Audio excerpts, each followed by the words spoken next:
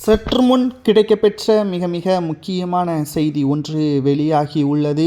திமுகவின் அமைச்சர்களது வீட்டில் புகுந்த அமலாக்கத்துறை அதிகாரிகள். சட்டசபை தேர்தல் நடைபெறுவதற்கு இன்னும் 7 மாதங்களே இருக்கக்கூடிய நிலையில் ஒவ்வொரு தொகுதிகளுக்கும் 100 முதல் 150 கோடி செலவு செய்வதற்கு திமுகவின் அமைச்சர்கள் முன்வர வேண்டும் என்று ஏற்கனவே திமுகவின் அமைச்சர்கள் கூட்டத்தின் பொழுது திமுகவின் தலைமை கூறியிருக்கிறது. இதற்கு மிக முக்கியமான காரணம் தமிழக அரசியலில் புதிய கட்சிகள் தோன்றிவிட்டது, போட்டிகள் அதிகமாகிவிட்டது, மக்கள் மாற்றத்தை எதிர்நோக்கி காத்து கொண்டிருக்கிறார்கள். அதை நாம் பயன்படுத்தி கொள்ள வேண்டும்.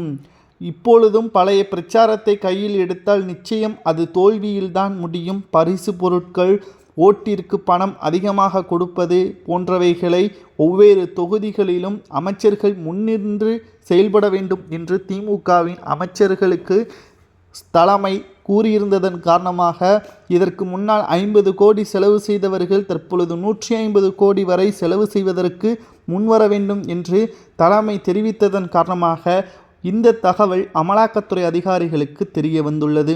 இதனால் விசாரணையின் அடிப்படையில் ஒட்டுமொத்த அமைச்சர்களுக்கும், அதாவது திமுகவின் 30 அமைச்சர்கள் வீட்டில் ஒரே நேரத்தில் அமலாக்கத்துறை அதிகாரிகள் சோதனைகளை நடத்த திட்டமிட்டுள்ளனர்.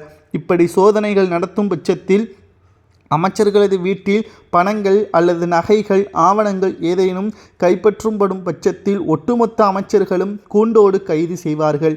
அப்படி கூண்டோடு கைது செய்யும் பட்சத்தில் திமுகவின் ஆட்சியே கவிழும் விதமாக மாறும். இது திமுகவின் தலைமைக்கு மிகப்பெரிய ஒரு சிக்கலையும், வருகின்ற சட்டசபை தேர்தலில் அதுவே திமுகவின் தோல்விக்கு வழிவகுக்கும்.